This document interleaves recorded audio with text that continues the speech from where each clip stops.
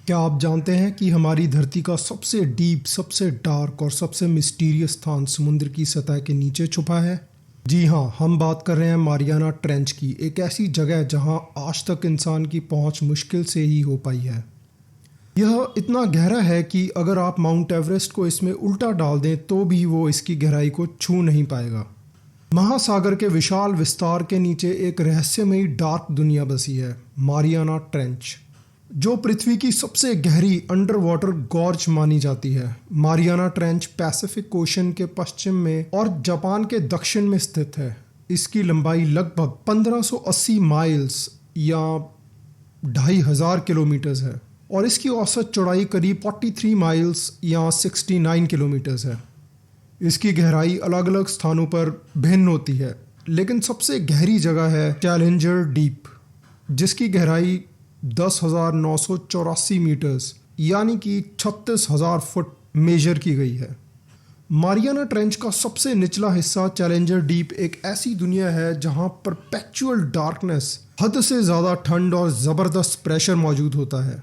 यह खाई इतनी गहरी है कि यदि पृथ्वी का सबसे ऊंचा पर्वत यानी कि माउंट एवरेस्ट, जिसकी हाइट 29,000 फुट या 8,000 मीटर है, इसमें रखा जाए तो भी उसकी चोटी के ऊपर 1 मील से अधिक समुद्र बच जाएगा।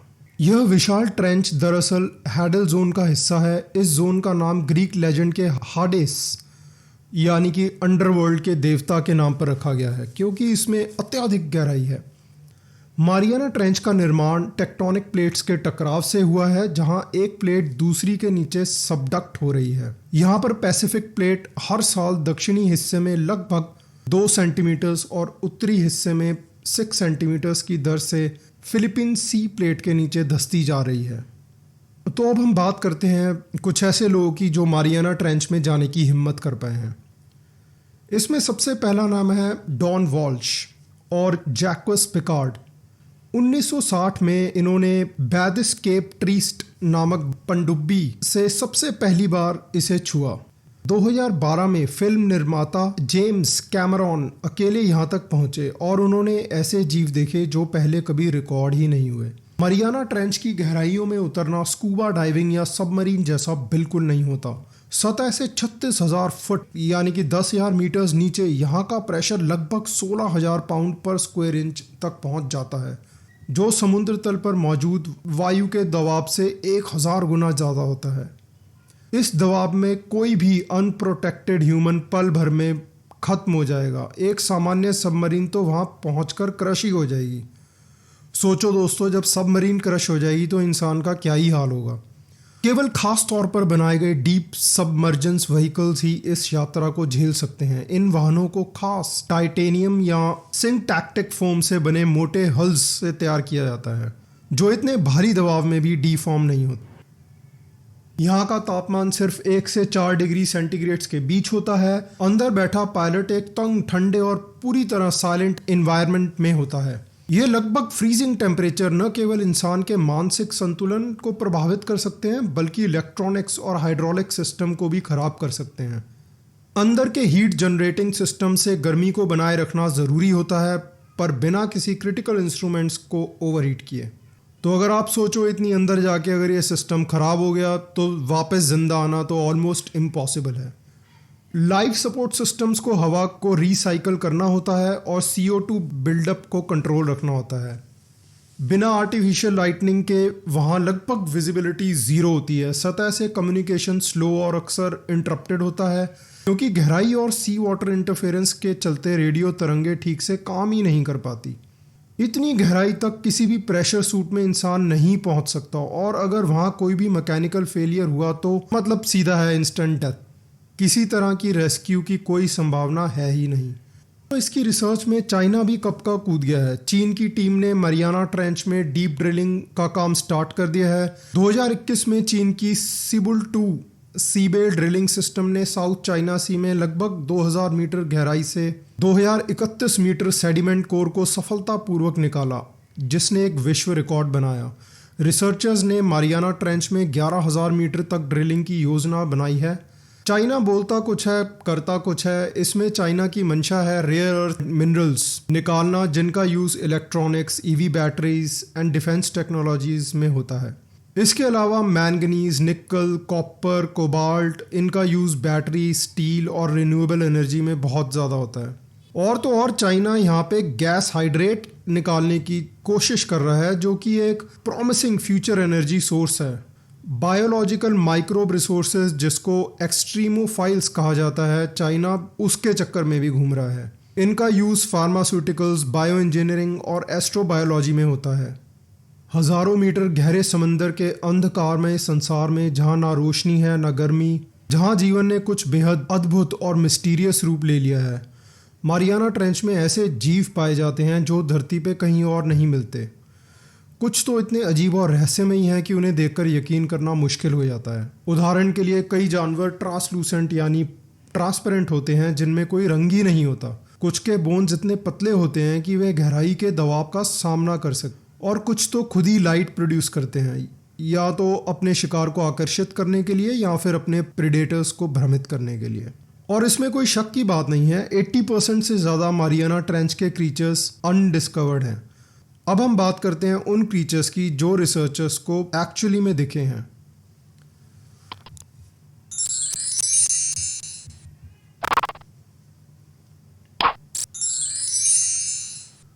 तो इसमें सबसे पहला नाम है डम्बो ऑक्टोपस का।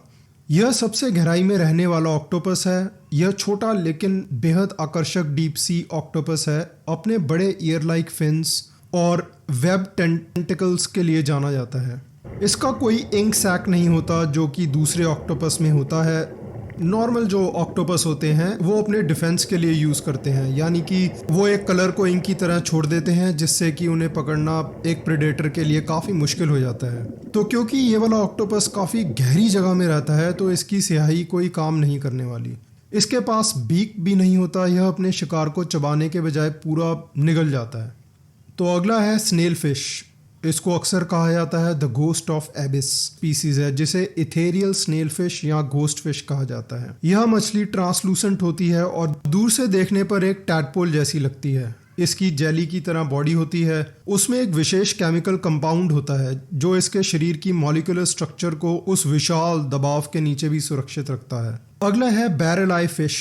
इसको कहा जाता है द सी थ्रू हंटर, और इसे स्पूक फिश भी कहा जाता है। और इसका चेहरा स्पूकी होता है, यानी कि एक भूत की तरह लगता है। सी थ्रू हेड, यानी इसका सिर बिल्कुल ट्रांसपेरेंट होता है। इसके 2 बैरल शेप में की आईज होती हैं, ऊपर की ओर लगी होती हैं, जो रोशनी की हल्की सी किरण को भी पकड़ लेती है। ये मछली ज़्यादातर समय मोशनलेस रहती है और जैसे ही शिकार पास आता है अचानक से बिजली की तरह हमला कर देती है। ये सबसे अनोखी मछलियों में से एक बनाती है। अगली है hatchet fish, the glowing Phantom. Hatchet fish एक ऐसी बायोल्यूमिनेसेंट फिश है जो अपने शरीर की चमक को एडजस्ट कर लेती है। ये मछलियाँ लगभग 15 सेंटीमीटर्स या 6 इंचेस तक लंबी होती हैं। इनका शरीर बेहद पतला और मेटेलिक शाइनी स्केल से ढका हुआ होता है। ये मछलियाँ अपने ग्लोइंग पैटर्न से खुद को छुपा सकती हैं या शिकार को आकर्षित कर सकती हैं। और हाँ, यहाँ पे एक अजीबोगरीब शार्क भी है। तो उस शार्क को कहा जाता है गॉब्लिन शार्क या द वेम्पायर शार्क। इनका रंग हल्का गुलाबी होता है और ये बेहद गहराई में पाई जाती हैं। ये अपनी पॉइंटेड स्नाउट में मौजूद इलेक्ट्रो रिसेप्शन ऑर्गन्स की मदद से पानी में मौजूद इलेक्ट्रिकल सिग्नल्स को पहचान लेती हैं, जिससे शिकार का पता लगा लेती है। गॉब्लिन शार्क्स की सबसे डरावनी खूबी है इनकी एक्सटेंडेबल जॉज, जिनसे ये झपटकर शिकार को पकड़ लेती है। Osedax, the bone eating zombie worms. Zombie worms या बोन वॉर्म्स ये डीप सी ब्रिसल वॉर्म्स होते हैं जो केवल हड्डियों पर जीवन यापन करते हैं, खासकर डेड सी क्रीचर्स की। इनके शरीर में सिम्बायोटिक बैक्टीरिया होते हैं जो हड्डियों से न्यूट्रिएंट्स निकालने में मदद करते हैं। फीमेल ओसीडेक्स वॉर्म्स केवल 5 सेंटीमीटर्स या 2 इंच लंबी होती हैं, लेकिन इनके शरीर में माइक्रोस्कोपिक पुरुषों का पूरा एक हरम होता है, यानी कि मादा के शरीर के अंदर ही कई नर कीड़े रहते हैं और यहीं रिप्रोडक्शन भी होता है। तो अगला है बैंथोसोडॉन हाइलेनिस। मारियाना ट्रेंच की गहराई में मिलने वाला एक रहस्यमयी और अद्भुत जीव। यह एक अजीब छोटी जेलीफिश है जिसका गुंबद जैसी बेली होती है और इसके चारों ओर फैले होते हैं सैकड़ों बारीक रेशमी टेंटिकल्स। यह जेलीफिश अपने टेंटिकल्स से क्रस्टेशियन और जेनोफोर्स, जो कि बड़े सिंगल सेल्ड अमीबा जैसे ऑर्गेनिजम्स होते हैं, उनका शिकार करती है। मारियाना ट्रेंच की मिस्ट्री और डीप हो जाती है जब हमें पता चलता है कि इसकी गहराइयों में जाना इतना मुश्किल है कि इससे ज़्यादा तो लोग मून पर जा चुके हैं।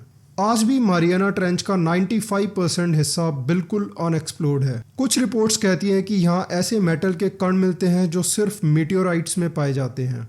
साइंटिस्ट ने मारियाना ट्रेंच की अथाह गहराइयों में एक अजीब मैकेनिकल जैसी आवाज़ दर्ज की है।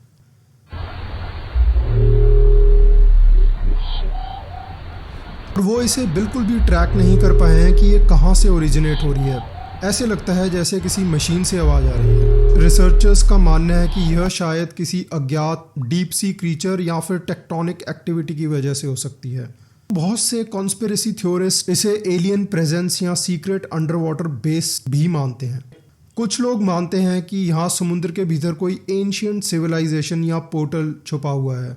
यहाँ स्ट्रेंज फ्रीक्वेंसीज और मिस्टीरियस लाइट्स को ट्रेंच के आसपास डिटेक्ट किया गया है। तो क्या मारियाना ट्रेंच में एलियन लाइफ के संकेत हो सकते हैं? क्या मारियाना ट्रेंच पृथ्वी की गहराइयों में छुपा कोई डोरवे है किसी दूसरी डायमेंशन के लिए?